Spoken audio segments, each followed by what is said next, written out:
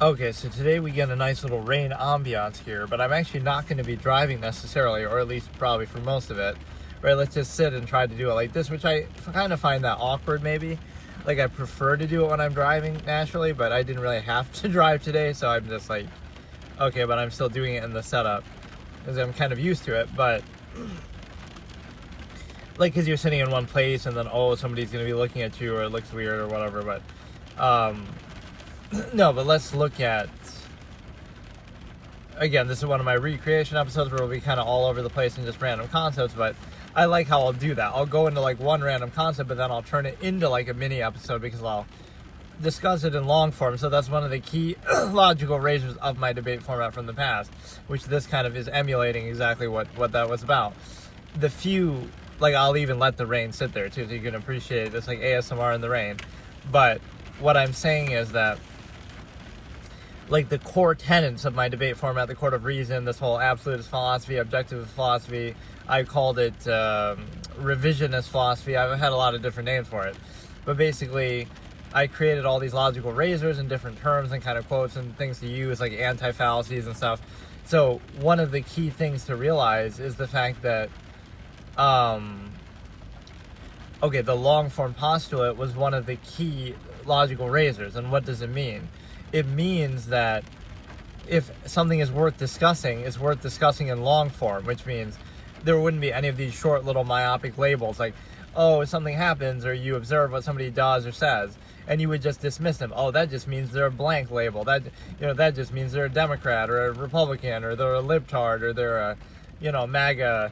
Like, it wouldn't be that, there'd be nuance to it. You don't just, if it's worth discussing, then you discuss it in long form. And I have a similar quote that I would say, like, an idea only or like an idea or a thought or a comment only deserves as much thought as was put into it. Like, so if you're just dismissing somebody with a label, then you shouldn't really worry about that because, right, they're not putting much thought into that. It's easy just to label somebody. It doesn't really tell you anything. Or it's like similar to the like-dislike fallacy of like YouTube or stuff like that. It doesn't really tell you anything, right? So like, oh, if a video gets a ton of thumbs up, right? Or thumbs down, it doesn't really do anything for me one way or another. I'm not going to be bothered or too happy about it, although I do appreciate the general support, obviously. But no, it's like, it doesn't tell you anything, right? It's like mindless applause. And it might seem like, I made an analogy of this to Twitch chat, to like a dark dictatorship, like mindless applause in the crowd where it's just about cheering and you don't even really have the choice and you end up, cheering no matter what. But your only choice would be cheering or not cheering or booing. It wouldn't be like any substantive discussion. So whenever you find yourself in that kind of crowd mentality, like you're just a mindless person cheering in the crowd, right, that's the lowest amount of input you could possibly have, instead of something actually well thought out. And it's a low form of discourse. So like Twitch chat and stuff like that tends to work the same way, like where people are just putting emotes and mindless kind of drivel in the chat. In fact, I even had this idea that I was never big enough to really do this, but like, oh, if I was a big streamer like XQC or somebody, I would like give VIPs or free subs to people based on if they say something really intelligent in the chat. Like whoever says the best quote. Hey Zay, how's it going? Like, so I would give out stuff like that. I remember saying that about XQC for some reason, like, because his chat was maybe so stupid that it was kind of pissing me off. Like, they just keep spamming the same emotes and stuff over and over in mindless drivel. But the point is analogizing that to applause. Like, whether you cheer or boo or you just repeat the same thing over and over, you're kind of a mindless sheep. You're not really saying anything. It doesn't matter what you would say, but like, think for yourself and actually come up with like a well-formed, well-thought-out take, instead of, again, this applause type culture where it's just like a hot take, initial, very short form. Right, that's what it's really about. Like, oh, whoever has the hot take is the one who's going to trend, but does it really tell you something, or is it just like, there's like an incentive behind it? You see that like in sports culture and stuff, like, oh, ESPN First Take and all that kind of thing. Like, they have an incentive to just do hot takes just to get attention. That doesn't mean that the take is actually good or sensible or anything, right? So if you look at something in long form and nuance, it's like, okay, it's not that simple. There's not like a clear right and wrong to everything. Right, so it's this like oversimplification, where sometimes you get criticized, like I would get criticized for, oh, I'm like too neutral or objective, or I sit on the fence. But the problem, or they're putting emojis to kind of make my point. I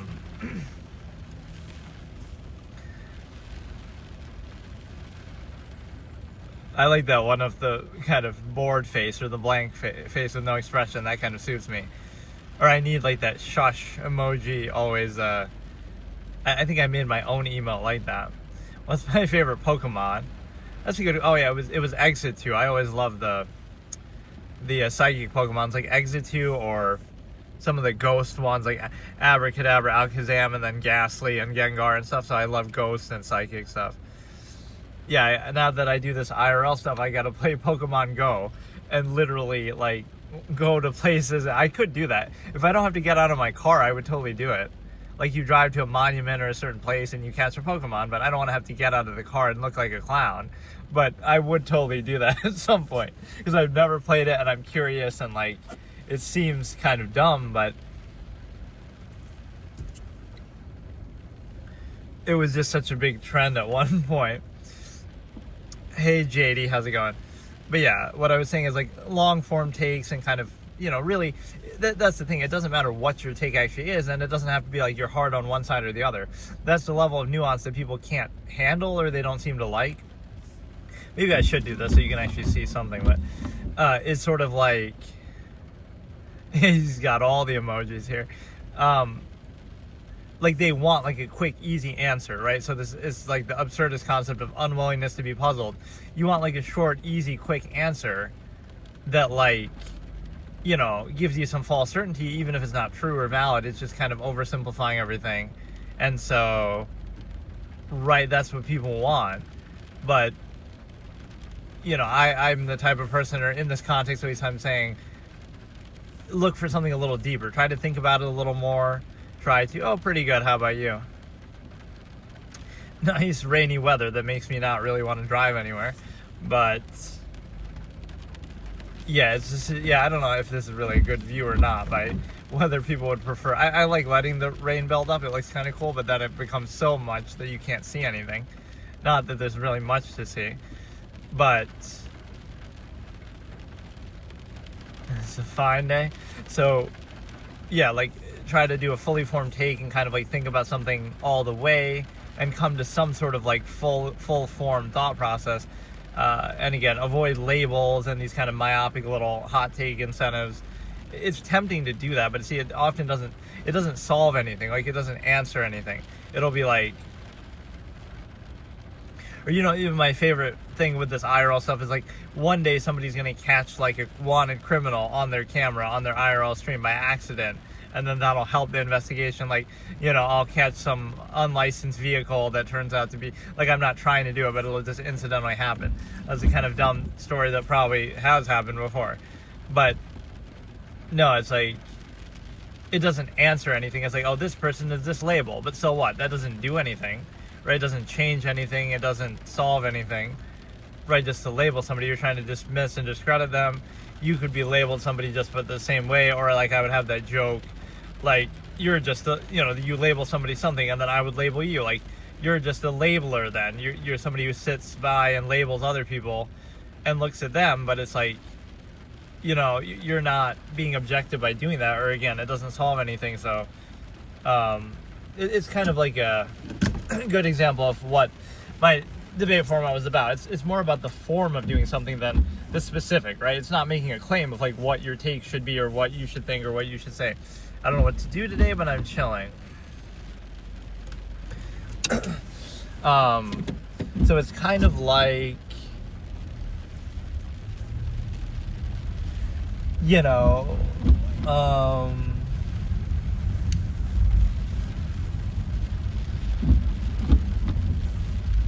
right, I gotta find a place like, we'll do some tricks and some wheelies and crazy shit. Like, I don't know where people have asked me to do that before, but I don't know exactly where you can go to do stuff like go find some empty, I guess in the middle of the night, I could almost do that. Go to like a big abandoned empty parking lot in the middle of the night and do it as long as you can before some cops come or something. But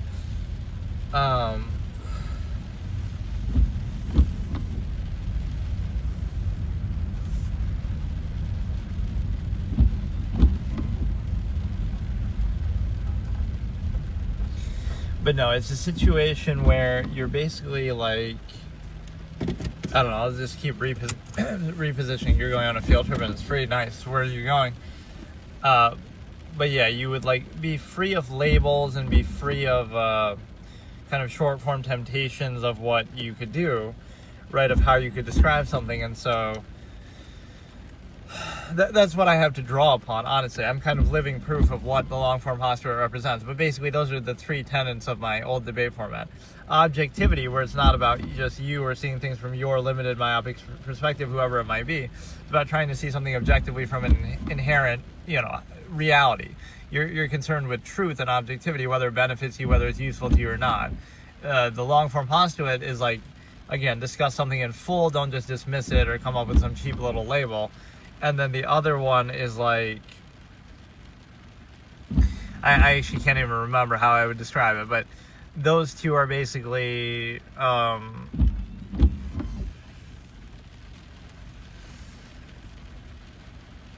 the defining tenets of what I would do. So, and the objectivity in particular was kind of my signature. That would kind of define me, because I wouldn't always take part just in debates, but I would kind of moderate them a lot. Like I'm the kind of the judge, if you will. So if somebody says a fallacy, I kind of shoot it down and say like, you can kind of use logical razors the same way that you would use like legal statutes and stuff to object. So you kind of just steer it in a way of logic and reason. And so, I don't know, you kind of want to... He's really got a good variety of emojis there. You have, I guess the audio would probably be a lot clearer. Like, I guess I can compare, because normally I'm driving, so that sound probably messes it up. But right now it probably sounds pretty decent, aside from maybe the rain messing it up. But yeah, I had a reputation for being objective, because it just seems like oversimplified the way that people often discuss things, and it's kind of not useful. You subbed? Oh, thanks.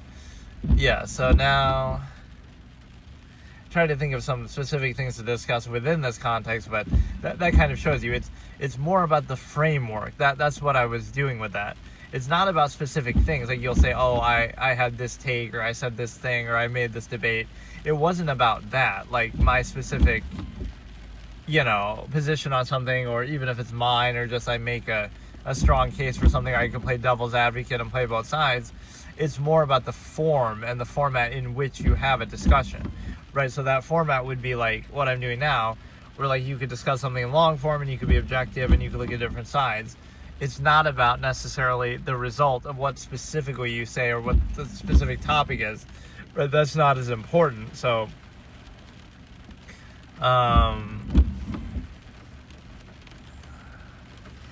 let me think.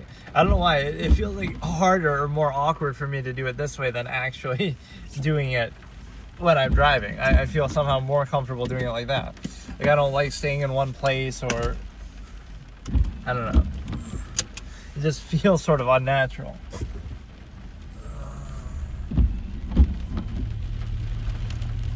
Like every 5 minutes I can just go and switch my position. But it's a situation where, yeah, that's the kind of thing I gotta find. It's like I'll make some real life mini games or something. Like I'm doing some Easter egg hunt type shit around town, but I don't know exactly the context in which to do that.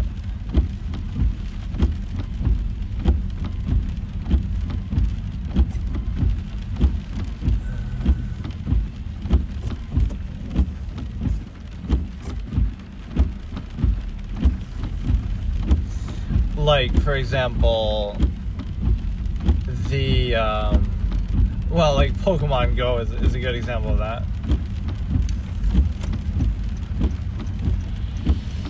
Yeah, like just searching out events or like different interesting things to do. I guess, for like places to go.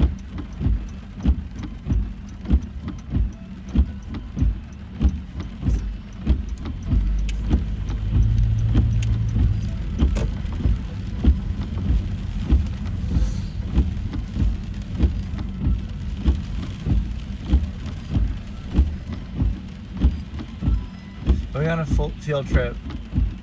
And it's free, very free. You play Pokemon Go. Nice. Where's your field trip to?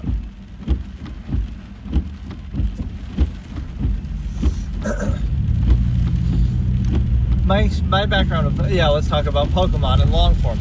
But this is even how I do Let's Plays. I guess I could show an example. Let's talk about the subject of Pokemon, right? Just as a random thing. Okay, what is my background with it? See, it's not just me saying this would be an example of short form versus long form, right? I'm not playing it right now, but I should maybe. I was thinking, because I've been doing these IRL streams of showing the camera and while I'm driving and stuff. I was thinking that maybe I should start doing it, especially if I can do it like this in my car.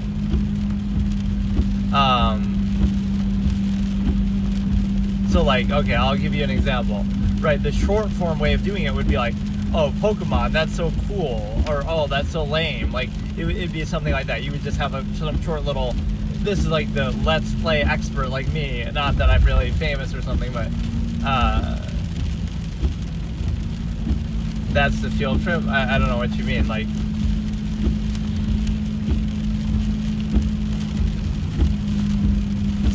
So oh, you would say, oh, that's cool, or that's lame, or you'd have some short form little take. Whereas what I would do in my Let's Plays, for example, this is kind of a long form, more fully formed thing. It would be you would say it out fully. Okay, so my background with the Pokemon, see, this is exactly what I did in Pokemon Y or Pokemon TCG when I was doing the card game. So I go into a whole spiel about it. Okay, I've never beaten too many of the Pokemon games. I've played a lot of them. I'll normally get halfway through and then I'll get kind of bored, just because they're you spam the A button for the majority of it. You don't really need much strategy. You just have a really strong Pokemon in front, and you can just spam the A button and just one shot everything. So there's not really much strategy that you need to use for the majority of the game when you only have 4 options and it's turn-based and all that. There's no action commands like the Paper Mario games or something like that. So that would be one of my complaints about it. But what are my favorite games in the series? My favorite was actually Pokemon Coliseum, even though it seems odd because you couldn't really catch Pokemon. But I like the graphics and everything like that, which to this day, it's still one of the best looking ones because so many of them have been on mobile, or they have different kind of weird cartoonish art styles. That had more of a serious art style. But that and then Pokemon Leaf Green, those were the only 2 that I had actually beaten, right? Pokemon Leaf Green and then Pokemon Coliseum. I had never, in fact to this day, I don't think, oh, I beat Pokemon Y obviously on this very channel, or whatever, my Twitch, but when I had come back to streaming in 2021, that was one of the first, or was it? It was a series I did somewhat early on, so I did, so yeah, those were the 2 that I beat, and then so Pokemon Leaf Green, which was very good, Pokemon Coliseum, which I like maybe more than probably most people, because again, the big complaint would be not being able to freely catch Pokemon out in the wild and stuff like that. But the point is that I beat Pokemon Y, which is amazing, actually. I like that playthrough a lot. First playthrough permadeath. There were so many kind of funny ideas I came up with for channel art and stuff like that for it, but I ended up not really making any of them. I just kind of, when you fight the final 4 at the end, I was doing it some Yu-Gi-Oh type shit. Oh, if you lose, then you die, and the little statue in the room will come and crush your head or something. Or for the water guy, the room will flood, and whoever loses the battle will drown to death or something. I was coming up with all this crazy shit. Other games, I play them, and then I get bored, and then I don't know what to do. But yeah, that's the one. I even have a clip of this, actually. I think it's just called The Pokemon Problem on my main channel, and it's it's me explaining that in 2 different times. When I'm playing Pokemon Y for the first time, I explain this exact thing, and then when I'm playing Pokemon TCG Online, the one that now is offline, and now there's TCG Live instead, so this is the older card game. I did the same thing in the intro of both of those series. I said there's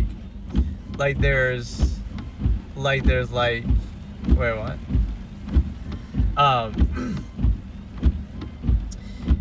I said the same thing. So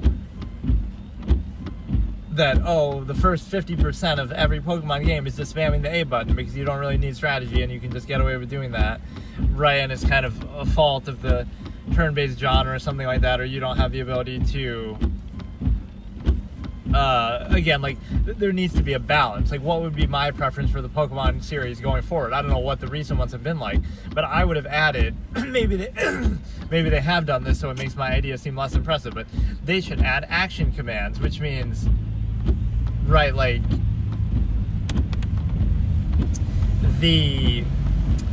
like in Mario and Luigi Superstar Saga or stuff like that, some of those games where you do the attack, but then, like, based on your timing or some little mini game that you do, it determines your damage that you do with it, or the success rate kind of that you do with it. And so that's relevant because of the simple fact that it adds like an extra layer, right? So there's a strategy element, but then there's also that active element is very important. I love that in RPGs, like, again, Paper Mario series or Mario and Luigi series, right, that have that. I feel like more games need that, so that would mix it up. And then you also have, like, maybe more variety of, like, you can have more than 4 moves on a Pokemon, or you can have, like, many, you can have, like, multiple Pokemon. That's part of the reason why Coliseum was so good actually too, because every battle is a double battle, right? It's always a 2v2, so that kind of adds a certain depth and dynamic to it as well. So yeah, those are the 2 that I've beaten, and then, or the 2 that I had beaten, and then I beat Pokemon Y, and I complain about that. But, like, see, this is like a long form take. Like, look at how much I'm going into, like, my background, my history. I remember as a kid I liked the show a lot. I always looked forward to it, even though I hadn't played the games at that point, or I wasn't, like, a fan of the series for that. But I was maybe more a fan of the show than I was of even the games. And I didn't really play the card game ever, so although I had some of the setup for it, like little blue chips, those blue things that say 10 on them or whatever, the damage counters. And then I also had this little book that I would write, like, the times that it would come on, and it would usually be pretty early in the morning, and so it's like summer vacation, and I'm kind of planning my day so that I can watch it. There's, like, games that just make me, like, happy, like Mario Kart. I haven't played a Mario Kart in a long time, and some more games, but yeah, Mario Kart is, like, a really good game. Yeah, I wish they would have kept F-Zero going, like, the faster speed racing I tend to prefer. I actually kind of always made fun of Mario Kart, not that I dislike it, but it's like, who wants to go that speed? Like, you want to play Mario Kart, I'm playing it in real life right now. This is how fast you'd be going. Like, I might be going faster, and I, usually would be. Like, it's not, you're driving at a realistic pace, or even slower than you would drive in real life, versus, like, F-Zero, where you're going 1,000 miles an hour, or Sonic, where you're going super fast, right? Why would you want to play a game where you're going slower than real life? No, I want to be faster and do something I couldn't normally do, right? It doesn't feel particularly memorable like that. It's like when I used to make fun of sports games, even though I played so much NBA 2K that I seemed like a clown. It'd be like, oh, why would I want to play a sports game when I can just go outside and play the sport for real, if I'm going to care about that? But obviously, you can't play it at that level that people are doing, but still, it seems kind of dumb. Like, why? Or even like in RPGs, I say the same thing. Why would I want to play a warrior? I love playing mages and stuff. Why would I want to play a warrior when I could be a warrior in real life, like a Roman gladiator or something? No, I want to be a mage shooting fireballs, because at least that's something people haven't done in real life or couldn't do, right, without the aid of technology, in modern day. But still, that's the difference. That you want to do something you couldn't normally do.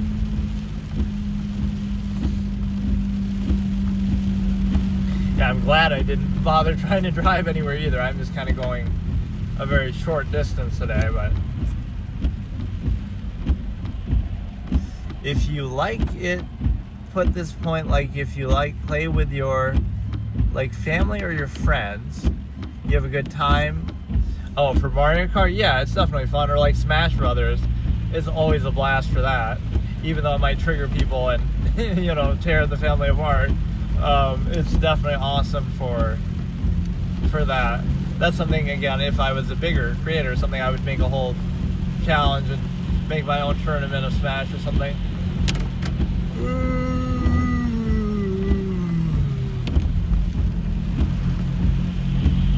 Or like that's what I do even with multiplayer games. I tend to do like a little permadeath challenge in terms of the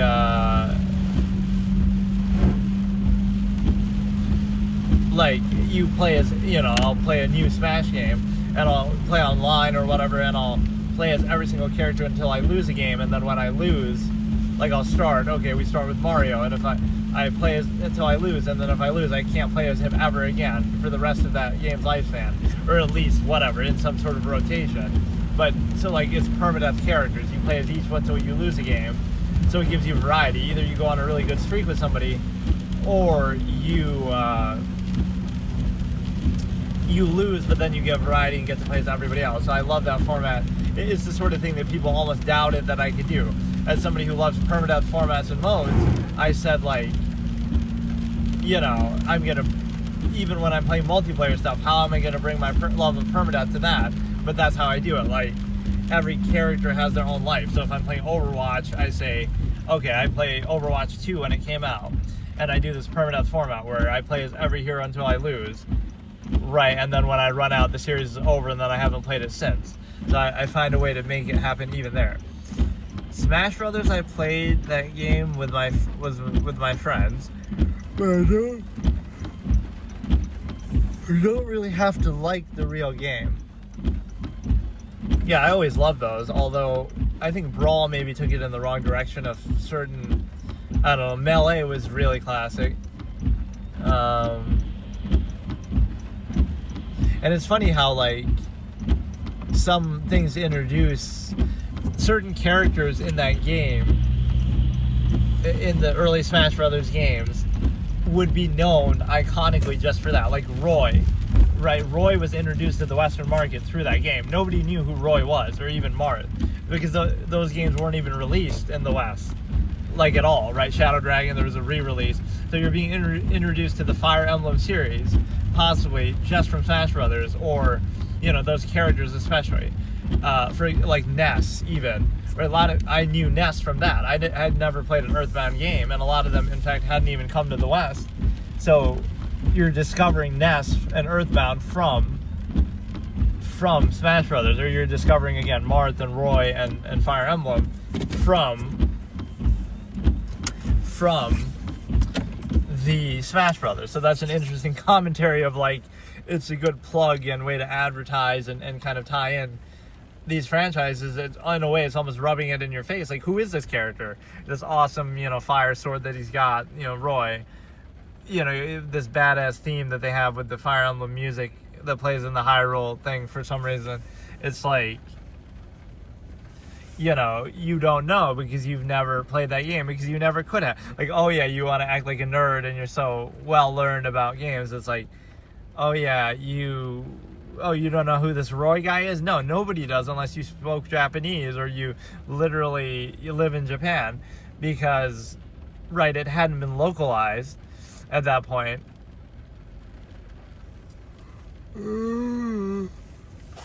Kind of rubbing it in your face a little bit with how, again, that was like this sealed sword or whatever, I can't even remember.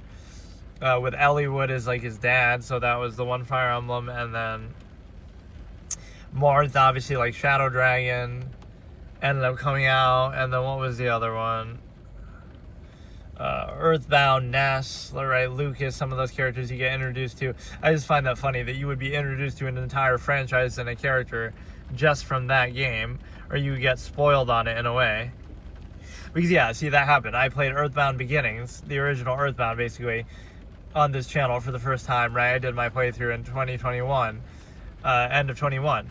And so I went in with some of these preconceived notions from Smash Brothers. So I'm like, oh, I'm expecting to see Ness, and he's going to be using PK Fire and PK Thunder. So here's the problem with that.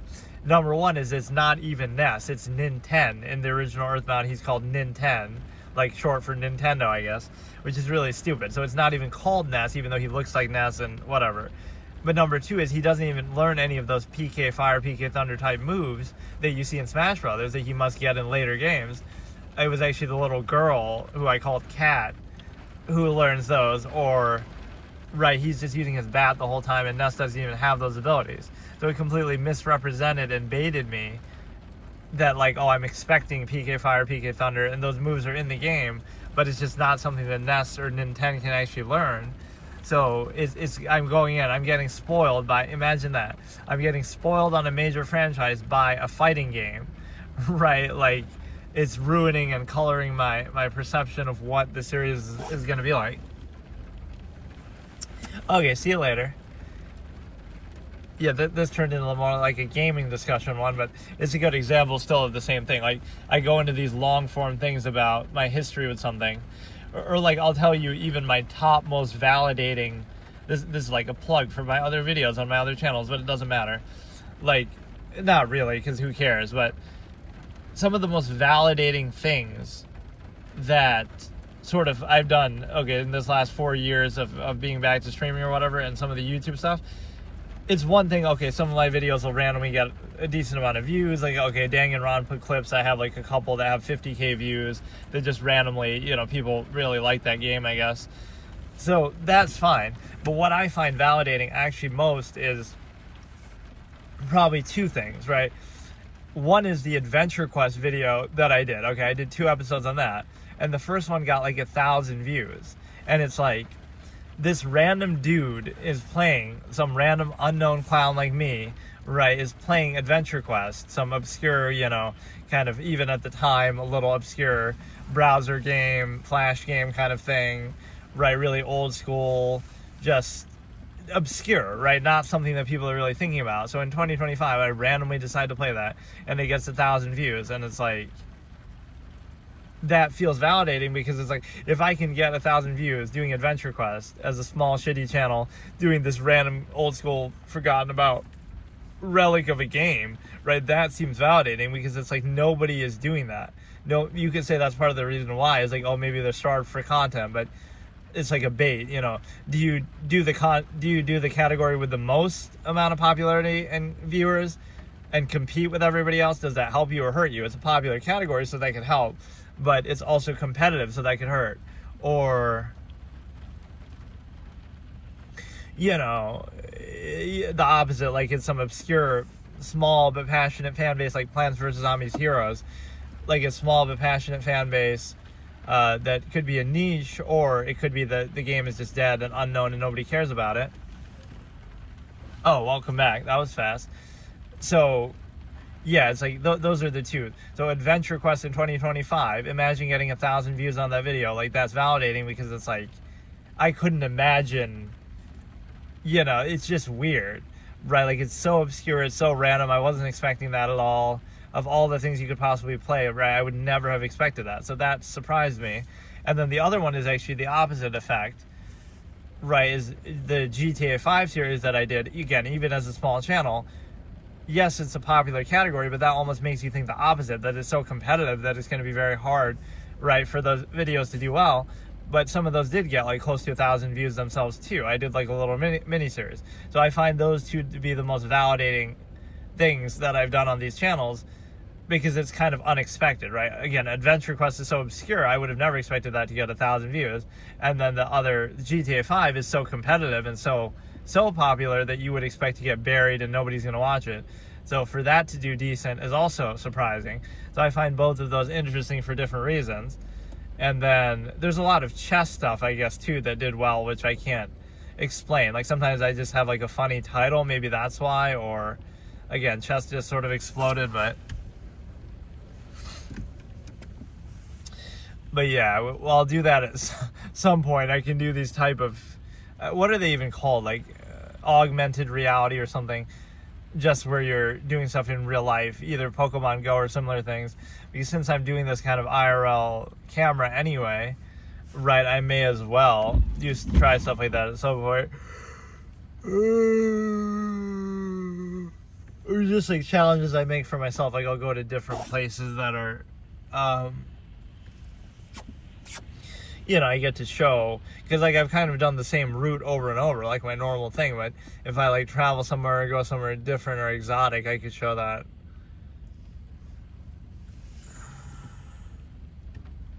I'm tired. I'm yawning a lot. Yeah, I am a little tired. But yeah, it's a situation where, or like I was almost thinking, okay, I could do like a book reading. Like let's do a book ASMR reading in the rain. But the problem is, I don't know if you can even do that because, that's like copyright. It's not like, you can play a game, but the assumption with a game is that, you would want to play it for yourself.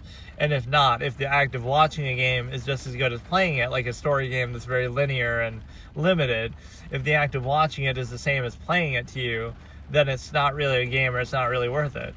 So that's why the value is still assumed, like, okay, the enjoyment would come from actually playing it, not just from watching it. There's a difference. But like with a book, now it doesn't work because, the act of reading it or showing it is all the value that there is, right? That's literally it. So that's like stealing or copyright, or you wouldn't almost be able to be allowed to do that. So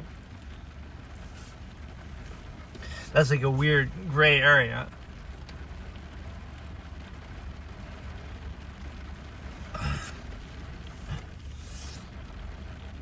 Street game is like that. They just go on with it. But if you don't play story games, it's like kind of like skip some stuff you like, don't really know.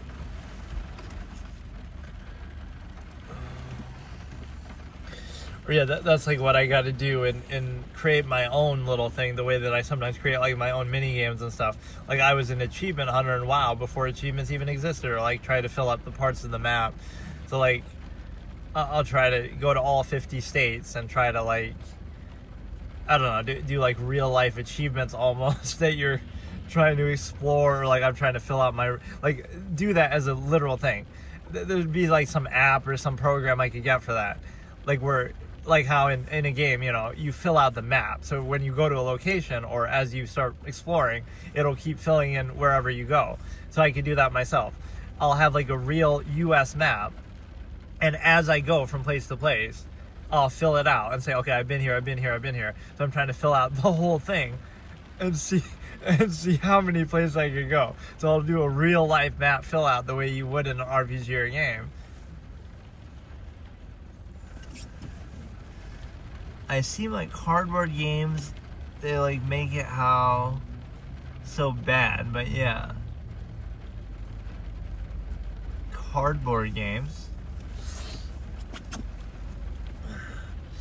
But yeah, I would like invent my own little mini games and stuff. So in actual games, but now I'm thinking I could do it in real life now. Like what are all the interesting things you could do with this sort of thing? You could do like a challenge. Every time I see a cop, I have to do something illegal and not get caught for it. Not that I should be doing that on stream anyway, but like every time I see a cop, I can take a big drink of something, and it doesn't have to be alcohol, but I can make it like dramatically drink in front of them or something. Come up with all these stupid minigame type ideas. We got like the little rumble feature, the rumble of the just because the car is shaky or some of these roads are pretty shitty. So that's like a little augmented reality bonus right there. Or the one thing, I mean, again, this is very wide ranging, just there's no context to it. Like I've done a lot of the absolutist philosophy, but it could just be anything that I decide to do. So like the Avatar thing, I did like, I made my predictions about the movie and then I saw it, and then I did an episode where I kind of live react or give my thoughts as soon as I saw it. That was kind of different. I wasn't entirely expecting to do that, but that was pretty fun. So, right, you could do stuff like that.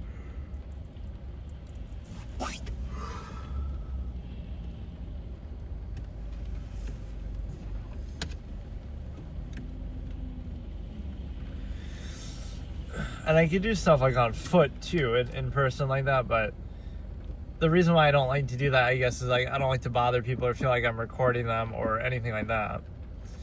So, right, I kind of, or like I wouldn't want to talk to myself like in public. It seems weird. You can pretend like you're on the phone, but it just seems, I don't know, that kind of thing I don't like. Like the blue avatar or the last ever, yeah, the blue avatar, the new, it just came out, Avatar 3. So I had seen that on like the 18th, right, the release day, December 18th. And it wasn't actually all that. It was a little bit disappointing. Like, they played it kind of too safe. But the fire chick was badass. She made it worth the price of admission right there. That she was a cool, interesting new character, new villain. Very well done. But, right, like, the movie itself was not particularly well imagined. And, like, the humans start to get really boring now. They've been doing the same thing for 3 movies, and they've really, I think they missed the boat with that. Like, I would have had one of these last 2 movies not even involve them at all. Like between part 1 and 2, or 1 and 3. So part 2 shouldn't have had the humans at all. And it should have been about like one of these other tribes. Or maybe this one could have been like that. But we keep doing the same thing over and over. The humans are trying to kill and take over. And then they fail. And they're making the same mistakes over and over. Like, it's kind of dumb. You want to watch it? Well, you can watch it when it comes on, probably. It'll be on some streaming services maybe soon. Right? It's already been almost a month. I don't know how long it takes nowadays. Alright, well, see you later. Thanks for hanging out. Yeah, maybe one of these next times I'll actually play a game.